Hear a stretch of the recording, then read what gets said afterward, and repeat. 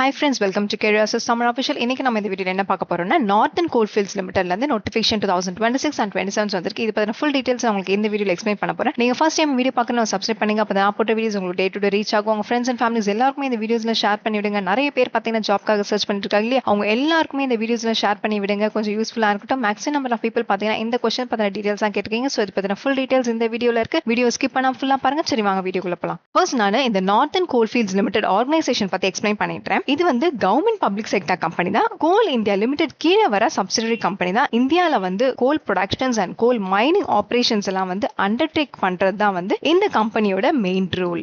Northern Coalfields லிமிடெட்ல first நம்ம என்ன பார்க்க போறோம்னா போஸ்ட் நேம். இதுல டோட்டலா 2 போஸ்ட் இருக்கு. ஃபர்ஸ்ட் போஸ்ட் நேம் வந்து mining sirdar technical and supervisory grade C. Second post name என்னன்னு பாத்தீங்கன்னா surveyor mining technical and supervisory grade B. ஓகேவா? இப்போ ஃபர்ஸ்ட் வந்து mining sirdar technical and services grade C. இவங்களுக்கு என்ன ரிலேட்டட் ஒர்க் இருக்கும்னா கோல் மைன்ல வந்து ப்ரொடக்ஷன் அண்ட் சேஃப்டி எல்லாம் வந்து சூப்பர்வைஸ் பண்ற ரிலேட்டட் ஒர்க் இருக்கும். செகண்ட் போஸ்ட் வந்து surveyor mining technical and supervisory grade B. இவங்களுக்கு என்ன ரிலேட்டட் ஒர்க் இருக்கும்னா லேண்ட் வந்து மெஷர்மெண்ட் பண்றது, மைன் மேப்பிங் பண்றது, ஜிபிஎஸ் சர்வே, டோட்டல் ஸ்டேஷன்ஸையும் வந்து சர்வே பண்றது, இந்த மாதிரியான ரிலேட்டட் ஒர்க் இருக்கும். இப்போ போஸ்ட் நேம் கிளியரா புரிஞ்சிச்சா?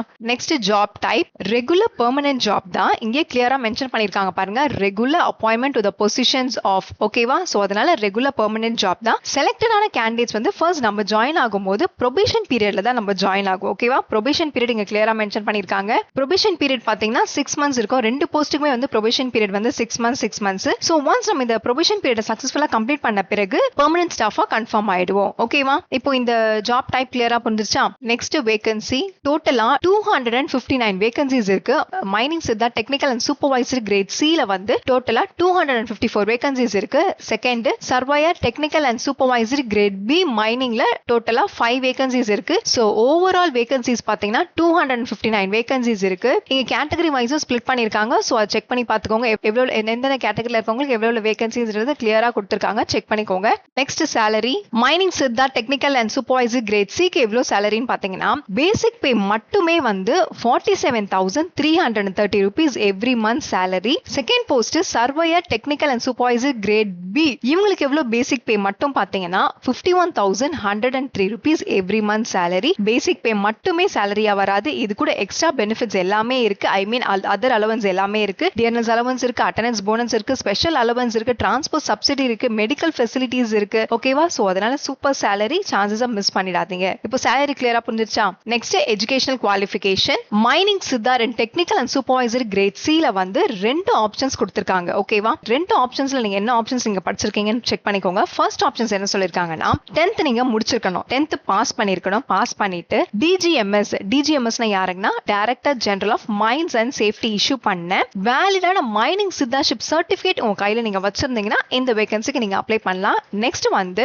Same as it is DGMS issue பண்ண வேலிடான கேஸ் டெஸ்டிங் சர்டிபிகேட் உங்க கையில வச்சிருக்கணும். சேம் வேலிடான ஃபர்ஸ்ட் எய்ட் சர்டிபிகேட் நீங்க வச்சிருந்தீங்கன்னா இந்த வேகன்சிக்கு நீங்க அப்ளை பண்ணலாம். ஓகேவா? செகண்ட் ஆப்ஷன்ஸ் என்ன சொல்லிருக்காங்கன்னா டிகிரி ஆர் டிப்ளமால நீங்க வந்து மைனிங் இன்ஜினியரிங் நீங்க படிச்சிருந்தீங்கன்னா இந்த வேகன்சிக்கு நீங்க அப்ளை பண்ணலாம். நெக்ஸ்ட் சேம் டிஜிஎம்எஸ் இஷ்யூ பண்ண வேலிடான ஓவர்மேன் காம்பிடன்சி சர்டிபிகேட் நீங்க உங்க கையில வச்சிருந்தீங்கன்னா இந்த வேகன்சிக்கு அப்ளை பண்ணலாம். Next same as it is DGMS issue பண்ண வேலிடான கேஸ் டெஸ்டிங் சர்டிபிகேட் நீங்க வச்சிருந்தீங்கன்னா இந்த வேகன்சிக்கு அப்ளை பண்ணலாம். அதே மாதிரி வேலிடான ஃபர்ஸ்ட் எய்ட் சர்டிபிகேட் நீங்க வச்சிருந்தீங்கன்னா இந்த வேகன்சிக்கு நீங்க அப்ளை பண்ணலாம். இப்போ ஃபர்ஸ்ட் போஸ்ட்டுக்கு என்ன குவாலிஃபிகேஷன்ஸ் நீங்க படிச்சிருக்கணும்ன்றது கிளியரா புரிஞ்சிருச்சா? நெக்ஸ்ட் செகண்ட் போஸ்ட் வந்து surveyor in technical and supervisory grade B. இந்த போஸ்ட்டுக்கு வந்து 2 ஆப்ஷன்ஸ் கொடுத்திருக்காங்க. இந்த 2 ஆப்ஷன்ஸ் நீங்க என்ன படிச்சிருக்கீங்கன்னு செக் பண்ணி பாத்துக்கோங்க. ஃபர்ஸ்ட் ஆப்ஷன்ஸ் வந்து 10th படிச்சு முடிச்சிட்டு 10th நீங்க பாஸ் பண்ணிருக்கணும். ஓகேவா? செகண்ட் வந்து என்ன சொல்லிருக்காங்கன்னா டிஜிஎம்எஸ் இஷ்யூ பண்ண வேலிடான சர்வேயர் சர்டிபிகேட் ஆஃப் காம்பிடன்சி நீங்க வச்சிருந்தீங்கன்னா இந்த வேகன்சிக்கு நீங்க அப்ளை பண்ணலாம். இது வந்து first option.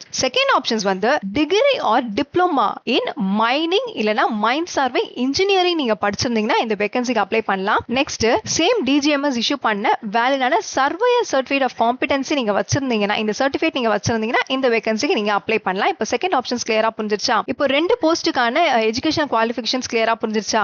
Next fees structure general category, OBC, non creamy layer category, economical weaker sections கேட்டகரியில இருக்கவங்க வந்து அப்ளிகேஷன் ஃபீஸ் வந்து 1000 rupees, ஜிஎஸ்டி வந்து 180 rupees, டோட்டலா வந்து 1180 rupees application fees. Next SC ST departmental கேண்டிடேட்ஸ்லாம் வந்து அப்ளிகேஷன் ஃபீஸ் கிடையாது. ஓகேவா? அப்ளிகேஷன் ஃபீஸ் ஆன்லைன்ல மட்டும் தான் பே பண்ணலாம், ஆஃப்லைன்லாம் பே பண்ணக்கூடாது. Next age limit limit minimum 18 இயர்ஸ்ல இருந்து மேக்ஸிமம் 30 இயர்ஸ் வரைக்கும் நீங்க இந்த வேகன்சிக்கு அப்ளை பண்ணிக்கலாம். கவர்மெண்ட் ரூல்ஸ் படி ஒரு சில கேட்டகரி ஏஜ் ரிலாக்ஸேஷன்ஸ் இருக்கு, அதையும் நான் மென்ஷன் பண்ணிடுறேன். General and economical weaker section கேட்டகரிக்கு வந்து ஏஜ் ரிலாக்ஸேஷன்ஸ் கிடையாது. எஸ்சி அண்ட் எஸ்டி கேட்டகரியில் இருக்கவங்களுக்கு எக்ஸ்ட்ரா 5 இயர்ஸ் வரைக்கும் age relaxations. OBC non creamy layer கேட்டகரியில் இருக்கவங்க எக்ஸ்ட்ரா 3 இயர்ஸ் வரைக்கும் நீங்க இந்த வேகன்சிக்கு அப்ளை பண்ணலாம். எக்ஸ் சர்வீஸ்மேன் அவங்களுக்கு வந்து எக்ஸ்ட்ரா 3 இயர்ஸ் வரைக்கும் நீங்க இந்த வேகன்சிக்கு அப்ளை பண்ணிக்கலாம். டிபார்ட்மெண்டல் கேண்டிடேட்ஸ்க்கு வந்துங்கன்னா அவங்களுக்கு ஏஜ் லிமிட் கிடையாது. ஓகேவா? இப்போ ஏஜ் லிமிட் கிளியரா புரிஞ்சிச்சா? Next selection process.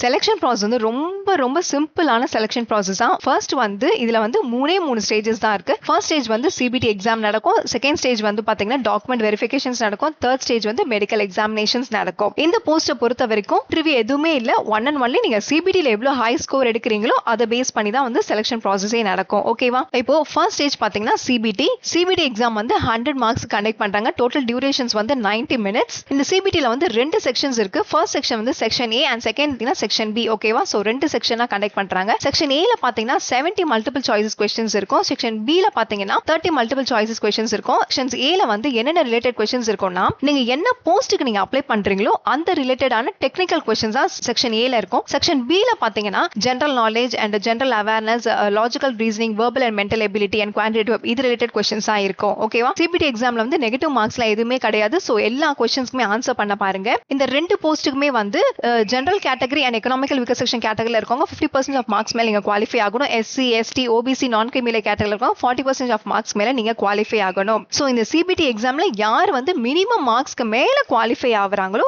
அந்த கேண்டிடேட்ஸ் மட்டும் தான் வந்து செகண்ட் ஸ்டேஜ்க்கு மூவ் ஆவாங்க. Second stage document verifications. இந்த டாக்குமெண்ட் வெரிஃபிகேஷன்ஸ் வந்து எல்லா கேண்டிடேட்ஸ்மே டாக்குமெண்ட் வெரிஃபிகேஷன்ஸ் பண்ண மாட்டாங்க. எந்தெந்த கேண்டிடேட்ஸ்லாம் வந்து சிபிடி எக்ஸாமை கிளியர் பண்ணி அவங்க கொடுத்திருக்க மினிமம் மார்க்ஸ்க்கு மேல யார் குவாலிஃபை ஆகிருக்காங்களோ அந்த கேண்டிடேட்ஸ்க்கு மட்டும் தான் டாக்குமெண்ட் வெரிஃபிகேஷன்ஸ் நடக்கும். இந்த டாக்குமெண்ட் வெரிஃபிகேஷன்ஸ் அப்போ உங்களோட ஒரிஜினல்ஸ் எல்லாமே வந்து செக் பண்ணுவாங்க.